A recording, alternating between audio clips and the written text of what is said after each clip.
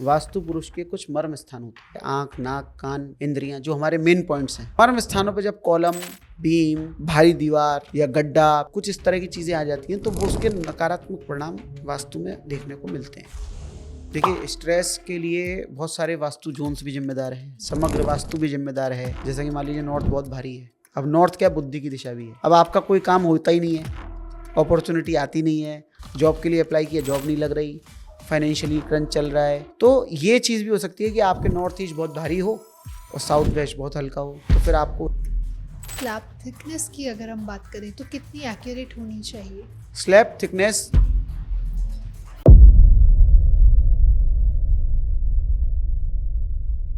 वास्तु सिर्फ डायरेक्शन का गेम नहीं है, ये एनर्जी की बैलेंसिंग भी है। हम जब बिल्डिंग को कंस्ट्रक्ट करते हैं या बनाते हुए देखते हैं तो वहाँ पे बीम्स, हैवी वॉल्स, पिलर्स और बहुत चीज़ें यूज़ की जाती हैं। हम लेकिन वास्तु में कहते हैं कि ये डायरेक्शन हमारी हल्की होनी चाहिए, ये भारी होनी चाहिए, ये हवादार होनी चाहिए, यहाँ विंडोज़ ओपन होनी चाहिए। तो इनका वास्तु पे क्या इम्पेक्ट होता है, कैसे एनर्जी डिस्ट्रीब्यूशन किया जाता है ताकि हमारी लाइफ पर प्रेशर ना पड़कर उसकी ईज होती रहे। समटाइम्स ऐसा होता है ना कि आप किसी पर्टिकुलर कमरे में जा रहे हो और बहुत ज़्यादा स्ट्रेस फील हो रहा है, आपका कुछ आउटपुट नहीं आ रहा है, आप ग्रोथ नहीं कर पा रहे हो। समटाइम्स ऐसा भी होता है कि किसी कमरे में जाके आपके माइंड के थॉट्स पूरे फ्लरिश हो जाते हैं। तो उसके पीछे वास्तु क्या कहता है, आज हम इसी के बारे में जानेंगे। हमारे आज के सुपर स्पेशल गेस्ट अंकित जैन जी, जो कि एक खुद वास्तु विशेषज्ञ हैं, एस्ट्रो वास्तु करते हैं, स्वर विज्ञान के ज्ञाता हैं और अपनी इन्हीं ऑकल्ट साइंसेस की मदद से उन्होंने काफ़ी लोगों की लाइफ को ट्रांसफॉर्म भी किया है। तो चलिए बिना टाइम गवाए मिलते हैं सर से और जानते हैं कि कैसे एनर्जी को हम बैलेंस कर सकते हैं। वेलकम सर, कैसे हैं आप? मैं अच्छा हूँ, आप कैसे हैं? नमस्कार। बिल्कुल बढ़िया सर, और जब भी आपसे मिलते हैं और अच्छे हो जाते हैं। बिल्कुल। तो सर, जब हम एक घर की बात करें, कंस्ट्रक्शन की बात करें, तो हर जगह हम जैसे पिलर्स लगाते हैं, क्योंकि कहते हैं ना घर बिना पिलर के तो खड़ा हो ही नहीं सकता। जी बिल्कुल, आजकल तो पिलर्स पे ही सारे स्ट्रक्चर क्रिएट किए जाते हैं। पिलर्स एक्चुअली पहले लोड बेयरिंग वॉल्स पे बनाते थे बिल्डिंग को, कि चार दीवार खड़ी की और छत बना दी, लेकिन अब आजकल पिलर्स के बिना नहीं बनाया जाता है। बिल्कुल सही। तो सर, जब हम लोड डिस्ट्रीब्यूट करते हैं, इसका वास्तु पर क्या इम्पैक्ट आता है? देखिए, वास्तु में बहुत सारे फैक्टर्स होते हैं। हमने अभी तक जितने पॉडकास्ट किए उसमें हमने बहुत सारे फैक्टर्स पे बात की, जिसमें कि ज़मीन की ऊर्जा सबसे पहला होता है फैक्टर, उसके अलावा दिशाएं, उसके अलावा अब एक बहुत कॉमन मैं जब सुनता हूँ लोगों से कि जो कुछ भी नहीं जानता वास्तु के बारे में, वो इतना जानता है कि ये हल्का होना चाहिए, ये भारी होना सही चाहिए, बात है। ये ऊंचा होना चाहिए, ये नीचा होना चाहिए, ये गौमुखी होना चाहिए, ये शेरमुखी होना चाहिए। एक मतलब एक लेमैन भी जो होता है ना, वो भी कुछ बेसिक बातों का ध्यान रखता है। बिल्कुल सही सर, क्योंकि आपके इतने सारे पॉडकास्ट हम इतना इन डेप्थ में बात कर चुके हैं, जी तो आई गेस अगर किसी ने आपके सारे पॉडकास्ट देखे होंगे ना, तो उसको इतना तो पता चल गया है कि बेसिक बेसिक क्या आपको करेक्शन करने की जरूरत बिल्कुल, है। मेरे ही क्या, इतने सारे यूट्यूब पे आज की समय में मतलब बम्बार्डिंग सी हो गई है या कंटेंट की, तो देखने को मिलता है। लेकिन आपने जो बात की है, ये बात थोड़ी है सिविल इंजीनियरिंग जैसी बात है, स्ट्रक्चर की बात है, लोड डिस्ट्रीब्यूशन, एनर्जी का बैलेंस, कहीं भारी कहीं ज़्यादा। तो देखिए, इसमें एक बहुत बेसिक जो प्रिंसिपल है वो ये है कि नॉर्थ हल्का, साउथ भारी, ईस्ट हल्का, वेस्ट भारी। अब अगर ऐसे बात करें तो वेस्ट और साउथ भारी दिशाएं, मतलब कि वहाँ पे हमको भारी स्ट्रक्चर बनाना है, कॉलम्स बनाने हैं, दीवारें मोटी रखनी है, ये बेसिक बात हो गई। नॉर्थ और ईस्ट खुला रखें, जितना खुला रख सकते हैं। अगर खुला नहीं करना है तो लोड अपेक्षाकृत साउथ वेस्ट के अपेक्षाकृत कम रखना है, खुला रखना है, बड़ा रखना है, हल्का रखना है। ये बेसिक बात हो गई। तो ये तो आपके पहले प्रश्न का उत्तर ये हो गया। ओके। तो क्या ये फिजिकल वेट और एनर्जेटिकल प्रेशर जो होता है, ये दोनों इंटरलिंक्ड होते हैं? देखिए, वास्तु पुरुष होता है बेसिकली। वास्तु हमारे वैदिक और धार्मिक ग्रंथों से जो मिलता है, उसके आधार पे हमारी जो आने वाली सोर्सेस की ऊर्जाएं हैं, तो जहाँ से आएंगी वहाँ तो हम हल्का रखेंगे, खुला रखेंगे, आए जी। वो। और जहाँ वो हमें उनको स्टोर करना है, उनको हमें रोकने के लिए, उन एनर्जीज को रोकने के लिए हमें क्या करना पड़ेगा? अपना पात्र को हैवी करना पड़ेगा बिल्कुल सही। जिससे कि वो रुक सकें। तीसरा बात, जहाँ से नेगेटिव एनर्जीज आ रही हैं उनको हमको क्या करना पड़ेगा, बंद करना पड़ेगा, भारी करना पड़ेगा। जी। तो नेगेटिव एनर्जीज आने की साइड कौन सी हो सकती है कि जहाँ पे हमारी पॉजिटिव एनर्जीज जाके ख़त्म हो जाए, तो मतलब वेस्ट और साउथ, तो हम उनको भारी करते हैं, रोकते हैं। तो अब आपने कहा कि एनर्जी कंप्रेशन, वहाँ हम ये कह सकते हैं कि एनर्जी जहाँ पे आपकी जैसे कहते हैं लीक हो रही है, हम उन चीज़ों को भारी करते हैं कि जिससे लीक ना हो पाए। अच्छा। जब पानी का फ्लो ज़्यादा हो, एनर्जी ज़्यादा हो और आए, हम तो चाहते हैं रोकना हो उसको, तो रोकने के लिए आप क्या करेंगे, मोटी दीवार लगाएंगे, भारी टैंक लगाएंगे, वजन को बैलेंस करने के लिए आप इस तरह से कुछ करेंगे। तो फिजिकली जहाँ वजन बढ़ाते हैं, हम दक्षिण पे वजन को सबसे ज़्यादा रखते हैं। उससे क्या होगा, जब दक्षिण पे वजन ज़्यादा होगा तो आप अपने आप को एक सिक्योरिटी सी फील करोगे। आपको ये महसूस होगा कि हमारा दक्षिण भारी है। कहते हैं ना, अपनी पीठ भारी हो तो पश्चिम और दक्षिण भारी हो। हम कोई भी काम कर रहे हैं जीवन का, चाहे वो हेल्थ का हो, वेल्थ का हो, रिलेशनशिप का हो, घर में रह रहे निवास कर रहे हैं, तो आपके दिमाग में क्या होना चाहिए, स्थिरता होनी चाहिए, दिमाग सही में बात है। मानसिक शांति होनी चाहिए, सिक्योरिटी का भाव होना चाहिए, स्टेबिलिटी का भाव होना चाहिए। तो हमारी जब पीठ भारी होती है, कहते हैं ना कि उसकी पीठ बहुत भारी है, इसका मतलब उसके पीछे कोई बैक है, कोई सपोर्ट है, कोई मदद, आपको कोई चीज़ धकेल रही है और आपके पीछे कोई बड़ी भारी चीज़ लगी हो तो आप पीछे ढलक नहीं पाओगे। सही बात है। तो एक एनर्जीज का एक तरह से ये एक सिस्टम है, वास्तु का कह सकते हैं आप उसको, कि खुलापन, हल्कापन नॉर्थ और ईस्ट दिशाओं में और दक्षिण और पश्चिम में भारी जब वो बनाते हैं तो उसके बहुत सकारात्मक परिणाम आपको देखने को मिलते हैं। मतलब हमने अभी तक बहुत सारे, मतलब देखिए, पिलर तो इंजीनियर्स बनाते हैं, स्ट्रक्चर का इंजीनियर जो होते हैं वो बनाते हैं, आर्किटेक्ट डिज़ाइनिंग करता है, इंजीनियर उसका नक्शा बनाता है या आर्किटेक्ट नक्शा बनाता है। आजकल कॉमन रूप से सब लोग ये काम करने लगे हैं कि जी। इंटीरियर आर्किटेक्ट, सिविल इंजीनियर और स्ट्रक्चर सारे काम वो खुद ही कर लेते हैं अपने लेवल पे, और उसकी वो पढ़ाई भी करते हैं या क्वालिफिकेशन लेते हैं या कोलैबोरेशन में करते हैं। तो स्ट्रक्चर इंजीनियर का काम क्या होता है कि वो लोड को इवन करता है, कि ऐसा ना हो कि एक तरफ लोड ज़्यादा पड़े, एक तरफ लोड कम पड़े।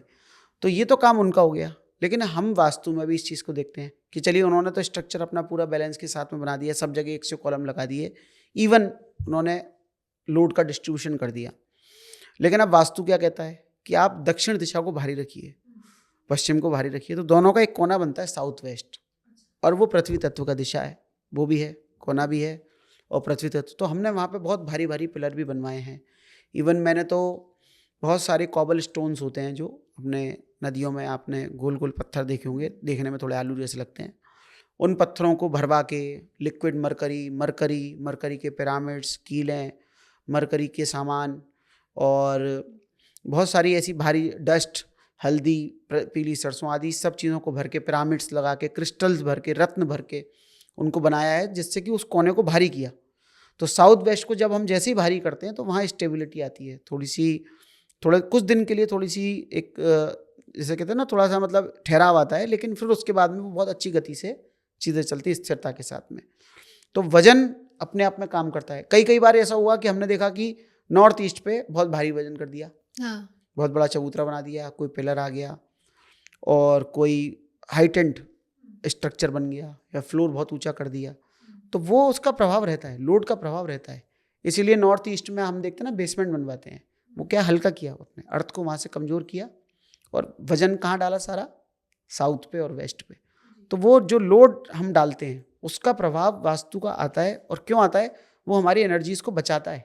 अच्छा। जो एनर्जीज हमारी लीक ना हो जाए, हमें जो प्राप्त हो रही हैं वो हमारे को, गृह स्वामी को साउथ वेस्ट पे क्यों सुलाते हैं, क्योंकि गृह स्वामी मतलब वो घर की एक तरह से मुख्य स्तंभ है, वो पहली नींव चीज है। वो नींव कह सकते हो, फाउंडेशन कह सकते हो आप, लेकिन वो एक रीढ़ की हड्डी भी कह सकते हो आप सही उसको, बात है। मुख्य स्तंभ है।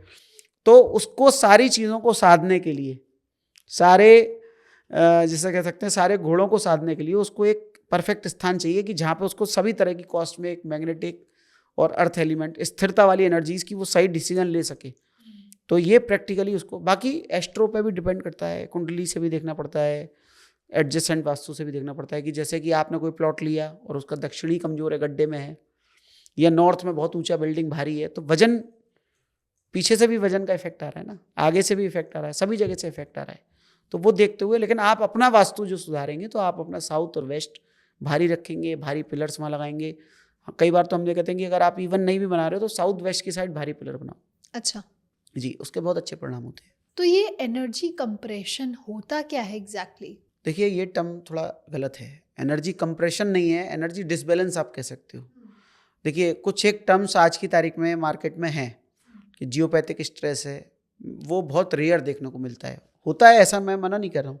एनर्जी कंप्रेशन क्या होता है कि देखिए अगर आप कंप्रेशन की बात करेंगे, देखिए जब मल्टी स्टोरी बिल्डिंग बनती है तो उसमें सारे कॉलम्स पे इक्वल लोड डाला जाता है जी। ठीक है, लेकिन ऊपर से जब लोड आ रहा है तो वो कॉलम में सबसे ज़्यादा नीचे फाउंडेशन के पास होगा, क्योंकि सारा वजन कहाँ पर आएगा, नीचे ज़मीन पे। बिल्डिंग में जितने भी फ्लोर हैं आपके, मान लो 10 हैं, 20 हैं, 25 हैं, 30 हैं, 50 हैं, बहुत मल्टी स्टोरीज होती हैं, तो ऊपर से लेके नीचे तक का लोड सबसे ज़्यादा कहाँ पे होता है, फर्स्ट फ्लोर पे। तो वो जो कंप्रेशन आ रहा है, मतलब ऊपर से जो दबाते हुए ला रहा है उस लोड को, वो उसके नियर बाई आएगा। एक स्ट्रेस कह सकते हो आप, कंप्रेशन कह सकते हो, एक मतलब जिसे कह सकते हो कि स्ट्रेस हो गया वो। तो वो स्ट्रेस सबसे ज़्यादा कहाँ आएगा, नीचे वाले फ्लोर पे। तो इसलिए जनरली ग्राउंड फ्लोर पे तो आजकल वो होती है, पार्किंग होती है, स्टिल्ट होती है, या मान लो नीचे तक मल्टी लेवल पार्किंग है 3-4 मंजिल तक, तो वो स्ट्रेस नीचे ही रह जाएगा। सही बात तो है। फर्स्ट फ्लोर तक, सेकंड फ्लोर तक वो नहीं आएगा। तो जनरली तब भी हम मना ही करते हैं कि आप फर्स्ट या सेकंड पे फ्लैट नहीं लीजिए, लेकिन फिर भी कई बार ये डिपेंड करता है डिज़ाइन कितना अच्छा है, कितना भारी स्ट्रक्चर बनाया गया है। लेकिन वजन के मामले में अगर देखा जाएगा तो आपको वो थोड़ा सा कंप्रेशन स्ट्रेस थोड़ा सा आता है, अच्छा। जो कि नीचे आपकी फाउंडेशन मान लीजिए 20 फुट नीचे गई है, तो वो 20 फुट जो है ना, वो स्ट्रेस में और कंप्रेशन में होगा, लोड होगा उस पर पूरी बिल्डिंग का। बिल्डिंग अच्छा। में जितना सामान रखा होगा, जितने लोग रह रहे होंगे, जितना उसमें फ्लोर्स की जितनी मोटाई होगी, प्लिंथ बीम होंगी, जितने भी उसके अंदर लोहा आदि लगा होगा, जितना जंगले और जितना भी बिल्डिंग का वजन है, वो सारा नीचे कहाँ आएगा, आपकी फाउंडेशन पे आएगा। तो उसकी वजह से कुछ उसके चारों तरफ एक नेगेटिव ऑरा क्रिएट होता है। इसीलिए कहते हैं कि भाई बीम के नीचे मत सोइए, क्योंकि बीम भी तो दीवारों का, ईंटों का, सारे स्ट्रक्चर का, फर्नीचर का, सबका लोड लेके रहती है। बिल्कुल, तो मैं यही पूछने वाली थी कि ये बीम के नीचे बैठो तो इतना स्ट्रेस क्यों होता है, साइकोलॉजिकल प्रेशर क्यों पड़ जाता है? और देखिए जो चीज़ खुद प्रेशर में है उसके ऑरा में आप जाओगे तो कहीं ना कहीं, जब जैसे मैं आपको एक बहुत ही मतलब ये आप इसको थोड़ा सा मतलब रेडिकुलस भी मान सकते हो, लेकिन एक बहुत लेमैन की भाषा में समझा रहा हूँ। जैसे अच्छा। कि आपका कोई दोस्त बहुत परेशान है, किसी टेंशन में है, जी। अब आपको कोई लेना देना नहीं है, कुछ नहीं है, लेकिन आप उसके मित्र हो, तो वो जब तक आपके साथ रहेगा तो आपको भी उसकी प्रॉब्लम की टेंशन रहेगी। बनी रहेगी। सही बात तो है। आपका ऑरा, ये तो हो गई एक व्यवहारिक बात कि चलो चूंकि आपका उससे प्रेम है, आपका रात दिन का कनेक्शन है। अब आप जिस चीज़ के नीचे 24 घंटे बैठे रहते हो, वो चीज़ भी तो किसी स्ट्रेस में है, किसी चीज़ का लोड है उसके ऊपर, कोई वजन आ रहा है, तो वो उसका कोई मैग्नेटिक फील्ड या कोई मैग्नेटिक इफेक्ट आपके ऊपर आने का प्रभाव रहता है। अच्छा, पहले के मुकाबले एक फ़र्क अब आया है, अब लोहे का प्रयोग बहुत ज़्यादा होता है। हाँ। मतलब अभी पिछले 100-200 सालों में कह सकते हो आप, जब से थोड़ी मॉडर्न टेक्नोलॉजी के भवन आए हैं, तो लोहे का प्रयोग बहुत ज़्यादा हो रहा है। अच्छा। पहले क्या होता था, ईंटें, मिट्टी, चूना, तो इसलिए नीचे की दीवारें मोटी, उसका फिर ऊपर वाली बिल्डिंग जो बनाई जाती थी थोड़ी सी उससे छोटी या उससे कम हाइट की, वो इसलिए अब आजकल सारे फ्लोर इवन बनते हैं। कि मान लीजिए कि अगर नीचे वाला फ्लोर भी 11 फुट है तो सारे फ्लोर 11-11 फुट बनाए, या बिल्डर ने सोचा कि चलो मैं एक फ्लोर और ज़्यादा बना दूं, तो उसने 10-10 फुट के बना दिए। लेकिन फॉल सीलिंग आने से फिर वो बहुत नीची वॉल्स हो जाते रह जाती है, मतलब आपकी छत ऐसे, पंखा ऐसा आ जाता है। बहुत सारी जगह देखा कि आप बेड पे खड़े हो जाइए और पंखा पकड़ लीजिए, सही बात है। तो वो नीचा हो जाता है। तो क्या होता है कि पहले क्या होता था कि इतना मटेरियल इस तरह से यूज़ नहीं होता था जितना लोहा यूज़ होता है। तो लोहे में क्या, करंट निरंतर फ्लो होता रहता है। लोहा क्या है, गुड कंडक्टर ऑफ एनर्जी है। एग्जैक्टली। रात दिन उसमें करंट का फ्लो हो रहा है, तो उससे क्या है, कोई ना कोई मैग्नेटिक फील्ड आपके वो नीचे से और ऊपर के लोहे के बीच में मैग्नेटिक फील्ड एक बन जाती है, क्रिएट हो जाती है। अब आप उसमें उसके बीच में बैठे हो, आप स्ट्रेस के बीच में, या उसके ऊपर कोई लोड है, तो वो आपको कहीं ना कहीं डिस्टर्ब करेगा। अच्छा, हमारी बॉडी में भी आयरन है, कहीं ना कहीं उससे भी कनेक्शन बनता है। सही बात है। विद्युत चुंबकीय भी हमारी बॉडी, स्टैटिक भी बनता है हमारी बॉडी पे, टच होता है, कई बार करंट आता है ना, कई बार आपने देखा जी। होगा।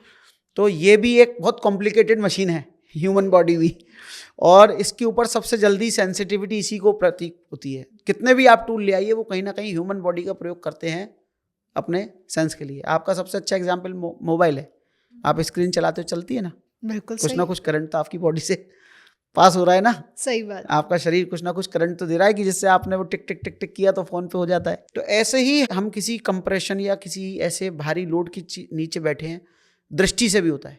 जैसे इल्यूजन्स होते हैं, आप देखते हैं कि किसी चीज़ के कोई चीज़ इस तरह की लगी है कि आपको उससे इल्यूजन हो जाते हैं। ऐसे ऑब्जेक्ट्स भी आते हैं आजकल, खिलौने भी आते हैं इस तरह के इल्यूजन वाले। या तो अब आप जैसे बीम के नीचे सो रहे हो, आप लेटे लेटे क्या दिख रहा है आपको, क्या दिख रहा है, आधा लटका हुआ सा आपके ऊपर लटका हुआ है, क्या भ्रम हो सकता है रात को कि कोई चीज गिर रही है, होता है ना, जी। या कोई चीज लटकी हुई है, या आप बैठे हो और आपके सामने कोई खड़ा है तो आप कहोगे भैया बैठ जाओ जरा, सही बात खड़े है। हो, एक एनर्जीज बाधित होती है।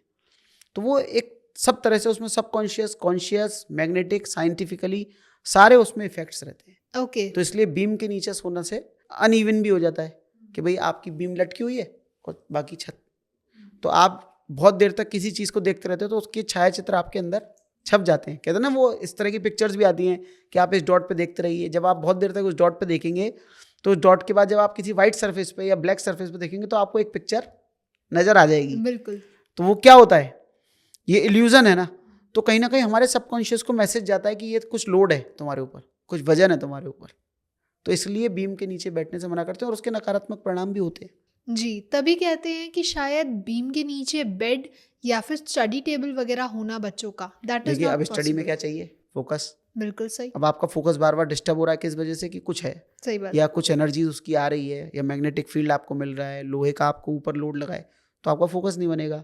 सोते समय भी क्या चाहिए, शांति चाहिए, मेंटल पीस चाहिए, ठीक है ना।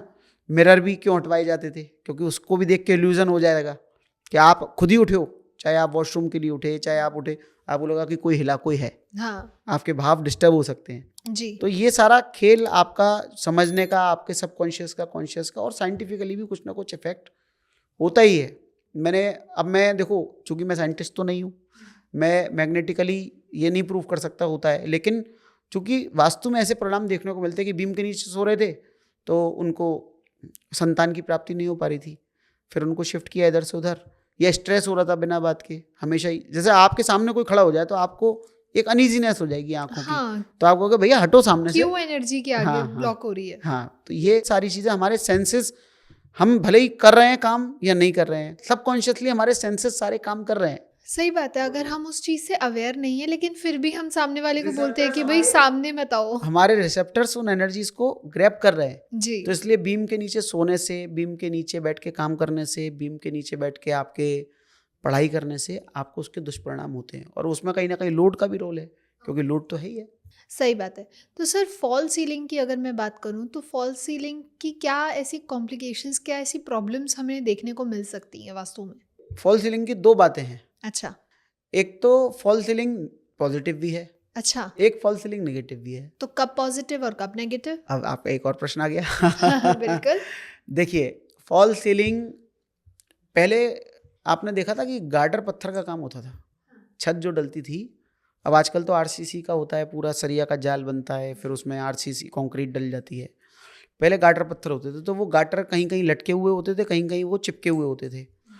तो अब वो जो चूंकि गार्डर लटके हुए दिखते थे, अब आप रात को लेटे और आपको ऐसा लग रहा है ऊपर से रेल लटक रही है, रेल की पटरी लटकी हुई है उल्टी। तो हमने फिर ये देखा कि बाद में फॉल सीलिंग लग जाती है तो वो पूरी छत आपकी इवन हो जाती है, एक सी हो जाती है छत आपकी। भाई पहले वो घास फूस के छप्पड़ वाला जो समय था वो तो रहा नहीं अब, सही कि बात है। बल्लियाँ लगी हैं और घास फूस का छप्पड़ रहा। तो फिर उसके बाद फिर वो गाटर पत्थर, गाटर पटिया से बनने लगे, तो वो गाटर लटके हुए दिखाई देते थे। अब वो भी लोहा होता था, तो लोहा भी फिर मतलब फिर वही मैग्नेटिक फील्ड आ गया। तो उसके नीचे जब सीलिंग लगाने लगे, फॉल सीलिंग में क्या होता है, एक जाल बनता है पूरा, तो उसमें जितना भी वो करंट है वो पूरा इवन हो जाता है एक सा। अच्छा। प्रेशर पूरा, लोड पूरा, करंट वो जो पूरा है वो Even पूरा हो इवन हो जाता है। जाता है। तो फिर इवन हो गया तो बात खत्म हो गई कि डिसबैलेंस क्रिएट खत्म हो। Vastu is all about balance of energies, balance बात ऑफ लोड, बैलेंस ऑफ सब चीज, एवरीथिंग, इंटीरियर, सब चीज़ आप जो भी आपकी बैलेंस के साथ अगर है, इवन आपका कोई कुर्सी सोफा आदि ये भी रखा है तो ये डिसबैलेंस नहीं हो, इसके पाए भी अगर 3 में से 4 एक पाया भी डिसबैलेंस हुआ, छोटा बड़ा हुआ, अब नहीं मैं तो सब साउथ वेस्ट का ऊंचा करूंगा, तो भी डिसबैलेंस क्रिएट होगा ना। सही बात है। तो ऐसे ही vastu is all about balance है। तो जैसे आपने जो छत बनाई, आपका जो करंट का फ्लो है वो इवन हो गया, अब आप उसके नीचे सो रहे हो तो यहाँ भी करंट वैसा ही है, वहाँ भी वैसा ही है। लेकिन आप बीम के नीचे जब सो रहे थे तो आपका करंट अनइवन था, डायरेक्टली दिमाग पे प्रेशर कर रहा था, वो एक जगह पड़ रहा था। और कई बार हम देखते भी है ना कि किसी चीज़ से आप दबाओ, जैसे कई बार एक्यूप्रेशर वाले क्या करते हैं हमारी बॉडी पे, वो किसी पॉइंट को दबाते हैं किसी मैग्नेट से या किसी चीज़ से। एक्यूपंक्चर और एक्यूप्रेशर जो होता है, प्रेशर में तो वो उनके टूल्स होते हैं छोटे छोटे, उससे वो दबाते हैं पॉइंट्स को, तो किसी पॉइंट पे प्रेशर पड़ता है तो वो किसी और नर्स को ठीक करता है, कंप्रेशन या कुछ करता है तो उससे। लेकिन अगर आप समग्र रूप से पूरे को दबाओगे तो पूरे का होगा एक सा पूरी बॉडी पे। अब वो उनकी अलग थेरेपी है, अपना वो इलाज के हिसाब से अपना करते हैं, कैसी ज़रूरत है उसके हिसाब से करते हैं। तो यहाँ हम डिसबैलेंस क्यों क्रिएट करें? Vastu is all about balance. तो फॉल सीलिंग का ये हो गया आपका फ़ायदा। जी। अब नुकसान की बात सुन लो आप। फॉल सीलिंग जब से आई है तब से हमारे क्या हो गया, फ्लोर की हाइट हो जाती है नीची, जी। तो उससे हमारा आकाश तत्व कमज़ोर होता है। अच्छा। भाई आप पहले देखते थे कि कितनी ऊंची ऊंची छत होती थी। आज की सरकारी पुरानी बिल्डिंग्स आप देखते हो, जैसे कचहरियों में भी मैं देखता हूँ, सरकारी पुराने ऑफिस कोई हैं तो उनकी हाइट बड़ी ऊंची ऊंची ऊंची, पंखे वो इवन उसमें इतने लंबे लगे होते थे हाँ, तो पूरी वो इतनी डंडा लंबी वायर होती थी, डंडा लगा होता के था। और उसके नीचे पंखा लटका हुआ होता था। हालांकि हर वास्तु में बहुत सारे साइजेस दिए हुए होते हैं, तो एक जनरल साइज जो होता है कि हम मानते हैं कि भाई छत 10 फुट और 11 फुट तक एक एवरेज साइज में दोनों ऑस्पिशियस होती है। जैसे 9 को बहुत ऑस्पिशियस नहीं मानते, 8 को नहीं मानते, 7 फुट को 6 फुट को भी ऑस्पिशियस मानते हैं, 6 को अच्छा मानते हैं वैसे, लेकिन 6 में तो आदमी हो जाता है। और 10 फुट और 11 फुट एक ऑस्पिशियस साइजेस है। ठीक है। मतलब कि अगर आपकी, अब क्या हुआ, आपने 10 फुट 11 फुट का पटाव तो डाल दिया, लेकिन फिर आपने सीलिंग लगा दी, और उससे क्या हुआ, आपका वो जो पर्पस था वो आपका डिफीट हो गया कि भाई हमने ऑस्पिशियस, अब वो रह गई कितनी, 9 फुट फॉल सीलिंग से 9 फुट का पटाव रह गया आपका। दूसरा, पंखा नीचे आ गया, और ऊंचा पटाव होने से सोच ऊंची होती है। आकाश तत्व हमारी सोच को रिप्रेजेंट करता है। अच्छा। हाँ, अब आपने अगर वो छोटा कर दिया, पटाव छोटा कर दिया, तो देखिए बुरा, इसको मैं कहूँगा कि देखिए आज पहले के मुकाबले थोड़ी सोच बड़ी भी हुई है और छोटी भी हुई है। पहले लोग थोड़ा लॉन्ग टर्म सोचते थे जी। आजकल क्या है, शॉर्ट टर्म लोग सोचने लगे हैं। सही बात है। और थोड़ा सा समय का परिवर्तन भी है, और लोगों का अब ये हो गया है कि इंस्टेंट खर्च कर दो, अपना कंफर्ट तुरंत चाहिए। पहले लोग कितना स्ट्रगल करते थे और कितना कितने दिन तक उसको पैसे को संजो कर रखते थे। सही बात। क्यों? क्योंकि वो एक लॉन्ग टर्म की सोच के चलते थे, बड़ी सोच रखते थे, बड़ा मोटा पहनना, मोटा खाना, मोटा रहना, इस तरह का होता था। हालांकि जिनके पास था राजा महाराजा तो वो उसका उस तरह से प्रयोग भी करते थे, लेकिन बड़ी सोच का प्रतीक होता है इसका ऊंचा उठना या छोटा। हाँ, आकाश तत्व बढ़ाता है, और आकाश तत्व के परिणाम आपकी आपकी कुंडली के हिसाब से भी हो सकते हैं, लेकिन आकाश तत्व जो है वो आपकी सोच को बड़ा करता है। ओके। तो फॉल सीलिंग नीची होने का परिणाम, दुष्परिणाम ये हुआ कि आपको घर ऐसा लग सकता है गाउडी सा, नीचा, और आपकी सोच थोड़ी सी कमज़ोर हो सकती है। आकाश तत्व आपका कमज़ोर हो सकता है। आकाश तत्व कमज़ोर होने से कई बार ग्रोथ भी कम होती है। लेकिन वास्तु के कुछ ऑस्पिशियस साइजेस होते हैं, अगर आपका वो साइज़ है तो उस साइज़ में आपको उतने दुष्परिणाम देखने को नहीं मिलते हैं। ओके। तो सर सीलिंग हाइट की हमने तो बात कर ली, लेकिन स्लैब थिकनेस की अगर हम बात करें तो कितनी एक्यूरेट होनी चाहिए? स्लैब थिकनेस देखिए ये ज़रूरत के आधार पे है। अच्छा। आप उस बिल्डिंग पे कितना लोड डालेंगे, क्या डालेंगे। और मैंने सही बताऊं तो आपको बताऊं, वास्तु में अभी तक इसके बारे में ज़्यादा पढ़ा नहीं, कहीं आया हो कि स्लैब थिकनेस कितनी हो। ये ज़रूरत के हिसाब से होती है। पहले तो बहुत ही कम होती थी, पटिया डाली, उसके ऊपर थोड़ी सी गिट्टी डाली तो स्लैब की थिकनेस बहुत कम। आजकल तो 1-1 फुट 2-2 फुट मोटी भी स्लैब बनने लगे हैं, और इंडस्ट्रियल प्रयोग में तो बहुत मोटी 3-3 फुट तक भी बनते हैं, 4-4 फुट के भी बनते हैं, भारी मशीनें लगती हैं। तो ये स्लैब थिकनेस का मैंने अभी शायद कहीं पढ़ने में मेरे आया नहीं कि स्लैब थिकनेस कितनी हो। लेकिन फिर भी मैं कहूँगा अगर आपका स्ट्रक्चर भारी और हल्के का आपको देखना है तो आप अच्छी भारी रखिए, साउथ में, नॉर्थ में हल्का रखिए, वेस्ट में भारी रखिए, ईस्ट में हल्का रखिए। ओके। हाँ जी। तो सर कॉलम की प्लेसमेंट हमारे डिसीजन मेकिंग को कैसे इन्हांस करती है, कैसे इम्पैक्ट करती है? देखिए कॉलम बहुत बड़ा टॉपिक है, हम्म। बहुत बड़ी बात भी है। क्या है कि वास्तु पुरुष के कुछ मर्म स्थान होते हैं। मर्म स्थान जो होते हैं, जैसे कि पुरुष का स्थान होता है आँख, नाक, कान, लिंग, इंद्रियां, जो हमारे मेन पॉइंट्स हैं। जी। जैसे आपके वजन हाथ पे रख दिया किसी ने, कोई दिक्कत नहीं है, लेकिन आपकी आँख पे कोई वजन रख दे तो सही बात है, प्रॉब्लम है। बहुत प्रॉब्लम आएगी। तुरंत कोई नाक पे कोई रख दे तो बच्चा यहाँ पे बैठ जाता है, छोटा बच्चा यहाँ बैठ जाए कोई दिक्कत नहीं होगी, लेकिन जैसे यहाँ बैठ जाए फिर क्या होगा, आँख पे बैठ जाए, मुँह पे बैठ जाए, छोटे बच्चे करते हैं ना जी। या कोई बच्चा खड़ा हो गया आपके पेट पे और वो एकदम बिल्कुल परफेक्ट सेंटर पेट पे खड़ा हो जाए या लिंग स्थान पे खड़ा हो जाए तो आपको तकलीफ होगी। भले ही वो जंघाओं पे खड़ा हो जाए कोई दिक्कत नहीं है, छाती पे खड़ा हो जाए, हाथ पे खड़ा हो जाए। तो ऐसे ही कॉलम चूंकि थोड़े से जैसे प्रेशर में दबाते हैं ना पॉइंट, तो मर्म स्थान के भी कुछ पॉइंट ऐसे होते हैं कि आप वहाँ पे दबा नहीं सकते, प्रेशर नहीं डाल सकते वहाँ पे। मर्म स्थान मतलब सेंसिटिव पॉइंट्स। तो ऐसे ही वास्तु पुरुष के जो ये इस तरह के स्थान होते हैं वो सेंसिटिव पॉइंट होते हैं और वो कैलकुलेशन से मार्क किए जाते हैं। अच्छा। हाँ, और मर्म स्थानों पे जब कॉलम, बीम या भारी दीवार या गड्ढा, पिट, कुछ इस तरह की चीज़ें आ जाती हैं तो वो उसके नकारात्मक परिणाम वास्तु में देखने को मिलते हैं। अच्छा। हाँ, और तब हम कॉलम्स को जितने भी, जैसे मेरे पास कोई ड्राइंग चल रही है तो मैं उसको देखता रहूँगा, फिर जब मैं कहूँगा जब फाइनल हो जाए सर तो आप मुझे उसकी पूरी कॉलम वाली ड्राइंग भेज दीजिएगा, फिर उस पर मैं मर्म स्थान मार्क करता हूँ। उस मर्म स्थानों में ये निकल आता है कि ये कॉलम क्या किसी मर्म स्थान पर तो नहीं आ रहे हैं, मर्म स्थान बचा लिए तो आपके कॉलम ठीक हो जाएंगे। अगर कोई मर्म स्थान पे आ रहा होता है तो मैं कहता हूँ कि इस कॉलम को या तो शिफ्ट करो आप, या फिर इसको हटा दो, इसकी जगह कुछ और लोड का शेयरिंग की सेटिंग देखो, या नई जगह कोई कॉलम लगा दो आप। मतलब उनको स्ट्रक्चर वाले लोग कर देते हैं उसको 4-5 फुट शिफ्ट करके या 2-5 फुट शिफ्ट करके। बहुत ही रेयर होता है कि कभी मर्म स्थान पे हमको वो लेना पड़े। अच्छा। लेकिन मैं जनरली प्रेफर करता हूँ कि मर्म स्थान पे कोई कॉलम ना आए तो फिर रेमेडी पे जाना पड़ता है, लेकिन रेमेडी एक सबसे बात की बात होती है। अच्छा, तो ये रेमेडी से ठीक हो सकता है? देखिए, रेमेडी से कोई चीज़ 100% ठीक नहीं होती है। सही ये बात है। एक मतलब ये मैं सभी के लिए कह रहा हूँ, आपके व्यूअर्स के लिए भी कह रहा हूँ, अपने मतलब मेरे क्लाइंट्स अगर सुन रहे होंगे तो उनके लिए भी कह रहा हूँ कि रेमेडी पे आप जब जाइए जब आखिरी आपके पास कोई ऑप्शन ना बचाओ। मेरा तो फ़ायदा है, मैं अगर रेमेडी करता हूँ तो मेरा फ़ायदा है, लेकिन मैं चाहता हूँ कि आपको पूरा 100% रिजल्ट मिले। तो आप पहले कोशिश करिए कि स्ट्रक्चरली उसको सही बनाए चीज़ को। लेकिन मजबूरी होती है कई बार कि हम बहुत चाह के भी किसी चीज़ को नहीं कर पा रहे हैं। तो कॉलम्स जो हैं, चूँकि जिस पे सारा लोड आना है। अच्छा, एक मज़े की बात आप सुनिए, कॉलम पे कभी पैर नहीं आता।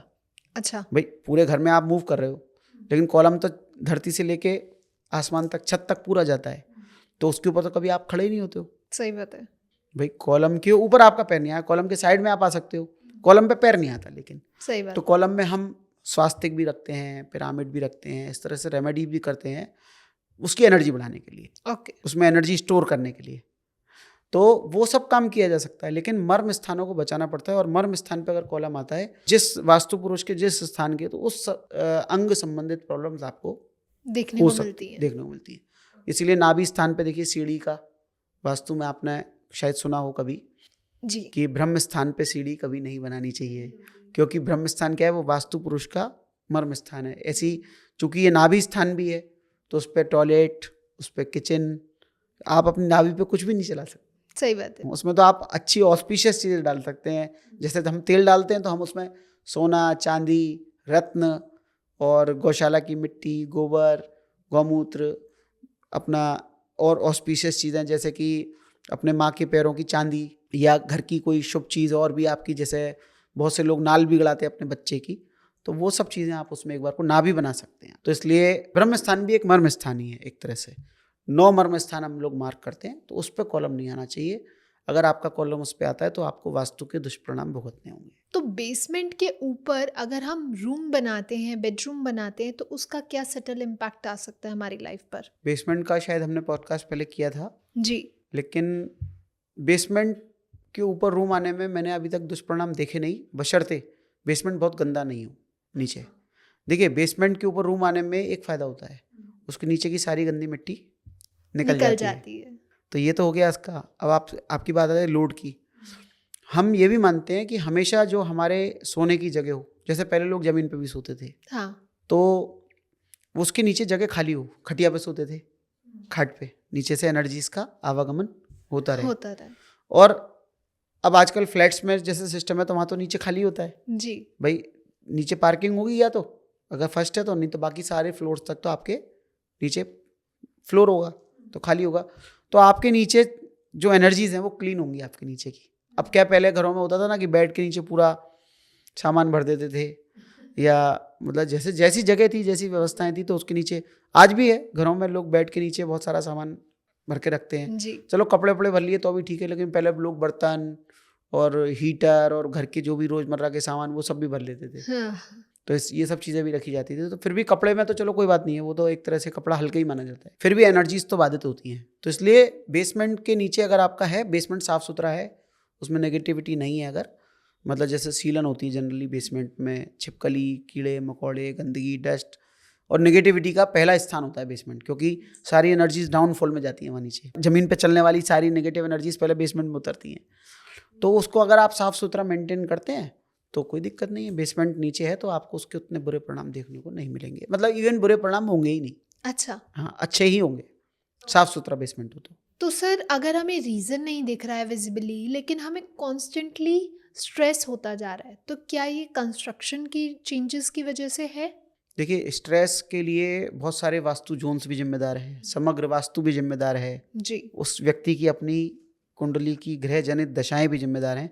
लेकिन फिर भी ये देखने में आता है कि गलत जगह पे आपके घर में अगर वजन डिसबैलेंस हो गया है, जी जैसा कि मान लीजिए नॉर्थ बहुत भारी है। अब नॉर्थ क्या, बुद्धि की दिशा भी है, जी बुध ग्रह की दिशा, बुद्धि की दिशा, आने की दिशा।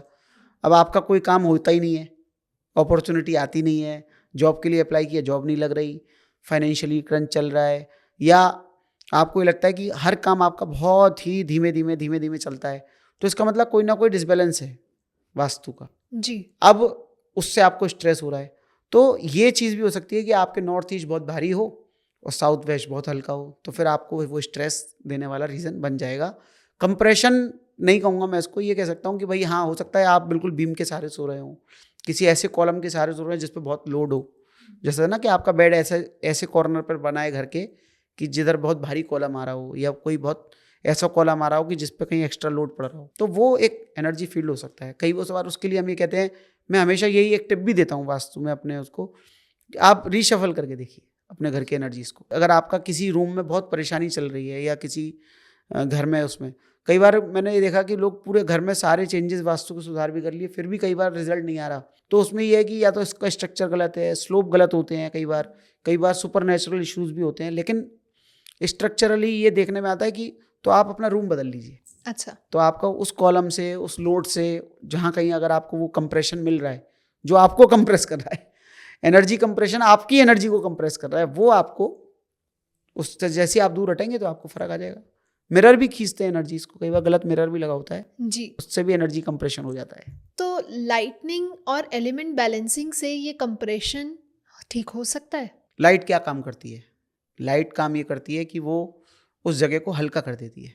जैसे किसी जगह को भारी करना हो तो अंधेरा कर दीजिए, जी सारी चीज़ें स्लो हो जाएंगी, आपको भी कुछ दिखेगा नहीं, जी वो थोड़ा गाउडी लगने लगेगा, थका थका लगने लगेगा, भारी हो जाएगा। और किसी जगह पे आप लाइट बढ़ा देते हो, थोड़ा ब्राइट हो जाता है, वो अच्छा लगने लगता है, एनर्जी बढ़ जाती है वहाँ की। तो लाइट से क्या है, हल्का और भारी करने में, किसी जगह को खोलते हैं तो लाइट आती है ना, प्रकाश आता है, तो केवल वो उतना कुछ दिन के लिए इफेक्ट दे सकता है। जैसे बहुत से लोग देखते हैं, मैं देखता हूँ वास्तु के लोगों की तरह तरह की रेमेडीज़ देखने को मिलती हैं, मैंने भी कई बार उसको प्रयोग किया है। जैसे लाइट लगवा के, कलर की लाइट लगा के एलिमेंट बैलेंस करते हैं। जैसे आपने एक बहुत सुना होगा, प्रचलित है कि साउथ ईस्ट में एक रेड बल्ब लगा दीजिए। हाँ ये मतलब मुझे लगभग हर विजिट पे देखने को मिलता है। मतलब अगर मैंने 100 विजिट किया है मतलब एक महीने में, तो 50 में दिखेगा कि 24 घंटे लाल बल्ब जला रखा है साहब। तो फिर भी मैंने इसका क्योंकि वो गर्म नहीं होता तो अग्नि का क्या देगा, लेकिन कलर काम करता है, फिर भी लोगों को लाभ होता है उससे। दूसरा ये होता है कि जैसे नॉर्थ है आपका, बंद है, खुला हुआ नहीं है आपका घर, चाहे वेस्ट फेसिंग हो या आपका साउथ फेसिंग ही घर हो, तो नॉर्थ आपका, तो आप नॉर्थ साइड पे, नॉर्थ की वॉल पे वो लगवाते हैं, फोकस लाइट लगाते हैं। उससे क्या किया हमने, फोकस लाइट बना के हमने क्या किया, एक दरवाजा बना दिया एक तरह से। वो एक तरह से दरवाजे का काम करने लगता है, क्योंकि दरवाजा जितना होता है उतनी लाइट फोकस की तरह से आती है ना, तो ऐसे ही फोकस लाइट लगा दी, तो वो लाइट एक रेमेडी के तौर पे आप प्रयोग कर सकते हैं।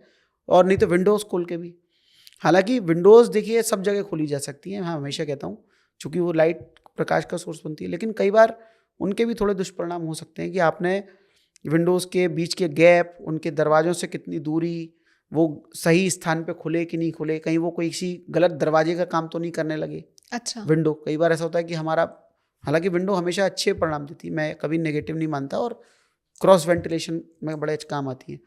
तो वो जो लाइट आपने लगाई है वो विंडो का काम करने लगती है, विंडो का और दरवाजे का काम करती है। ओके तो वो एनर्जी को बैलेंस कर देती है, और एलिमेंट बैलेंसिंग भी करती है लाइटें, जैसे मैंने आपको रेड कलर का बताया। जी और अब लाइट है तो वो तो देखिए अग्नि का ही प्रतीक है, क्योंकि उसमें फायर चल रही है, तो ग्रीन बल्ब और लाल बल्ब बहुत अच्छा काम करते हैं, पीले भी काम करते हैं। सफ़ेद के लिए आप ब्राइटनेस के लिए यूज़ करते हैं, ब्लू बल्ब बहुत से लोग लगवाते भी हैं, नॉर्थ में लगवा देते हैं, लेकिन वो तो है तो अग्नि ही। तो सर ऐसे ही फर्नीचर का प्लेसमेंट कैसे हमारे स्ट्रक्चरल लोड को डिस्टर्ब करता है, या उसको कैसे हम बैलेंस कर सकते हैं? देखिए कंस्ट्रक्शन का जो लोड है वो फर्नीचर से कंपनसेट नहीं किया जा सकता। अच्छा हाँ, देखने में हो सकता है कि जैसे किसी कमरे में आप गए और उसके कमरे के, मतलब फर्नीचर की बात हो गई। देखिए फर्नीचर आजकल वैसे तो लकड़ी का जो होता है वो तो बहुत भारी अब लगता नहीं, पहले बहुत भारी भारी लगता था, आजकल उतना भारी नहीं लगता। फिर भी देखने में उसका स्वरूप ऐसा हो सकता है कि जिससे कि वो पूरा कमरा घिर जाए तो आपको भारी लगे, वो जी थोड़ा सा मतलब भरा भरा सा लगने लगे उससे। तो ये हम उसमें कोशिश करते हैं कि आप उसको नॉर्थ ईस्ट साइड अपने रूम की, हर रूम की खाली रखिए, साउथ वेस्ट साइड में वजन रखिए, वेस्ट में साउथ में वजन रखिए। तो उससे क्या होता है, दो फायदे होते हैं। जैसे फर्नीचर में मान लीजिए सोफ़ा है, डाइनिंग टेबल है, आपके आजकल टीवी वगैरह के लिए तो कैबिनेट बन जाती हैं दीवार पे फिक्स, अलग से, पहले अलग से होते थे। तो जैसे सोफा आपने साउथ की वॉल पे रखा तो आप कुछ भी बैठ के बात करो तो कम से कम नॉर्थ फेस होके कर रहे हो, वेस्ट की वॉल पे रखा तो आप ईस्ट फेस होके बात कर रहे हो, तो उससे उसमें स्वर का भी बड़ा रोल रहता है। अच्छा। स्वर का भी संबंध बन जाता है कि आप ईस्ट फेस करके कर रहे हो तो आपका जो जल तत्व की दिशा है वो नॉर्थ की तरफ है, मतलब आपका चंद्र स्वर ईड़ा, पिंगला आपका सूर्य की तरफ है। तो फर्नीचर को बैलेंस करने से भी कई बार बहुत लाभ हो जाते हैं, लेकिन स्ट्रक्चरल चेंजेस को, कि आपके कहीं नॉर्थ बहुत ऊंचा है और आप सोचो कि मैं साउथ में पूरा फर्नीचर लगा दूं, फर्नीचर में लोहे की अलमारियां लगा के कई बार हम लोग उसके रिजल्ट लेते हैं। बहुत सारी जगह देखने को मिलता है कि लोग नॉर्थ ईस्ट का कमरा, चूंकि अच्छी धर्म की दिशा है, तो वहीं उन्होंने अपने सोने चांदी की या बड़ी भारी भारी लोहे की अलमारियां भी लगा दी हैं, स्ट्रॉन्ग रूम ही बना दिया है जी। तो वो भी कई बार आपके लिए नेगेटिव हो जाता है। फर्नीचर में वो स्ट्रॉन्ग रूम है जैसे, तो उनको फिर आप वेस्ट पे, साउथ वेस्ट पे, साउथ पे, या अगर नॉर्थ पे भी ले जा रहे हो तो फिर उसमें जगह छोड़ते हुए, मतलब उसके बहुत सारे परम्यूटेशन कॉम्बिनेशंस हैं। लेकिन एक फर्नीचर का भी वास्तु काम कर सकता है, लेकिन वो स्ट्रक्चरल चेंजेस को कंपनसेट नहीं कर सकता। Thank you so much sir, बहुत मज़ा आया आज आपसे बात करके एंड आई होप हम ऐसे ही मिलते रहें और भी नए टॉपिक्स को एक्सप्लोर करते रहें ऐसे ही। तो थैंक यू एवरीवन। अगर आप लोगों को भी पसंद आया हो तो लाइक कमेंट शेयर भर भर के करें और चैनल को ज़रूर सब्सक्राइब करें। और अगर अभी भी आपके कोई क्वेश्चन, कोई सजेशन रह गए हैं तो नीचे हमें कॉमेंट सेक्शन में बताएं, ताकि हम आगे आने वाली सीरीज़ में उन्हें ज़रूर कंसीडर कर पाएँ। तब तक के लिए stay happy, stay safe. Thank you.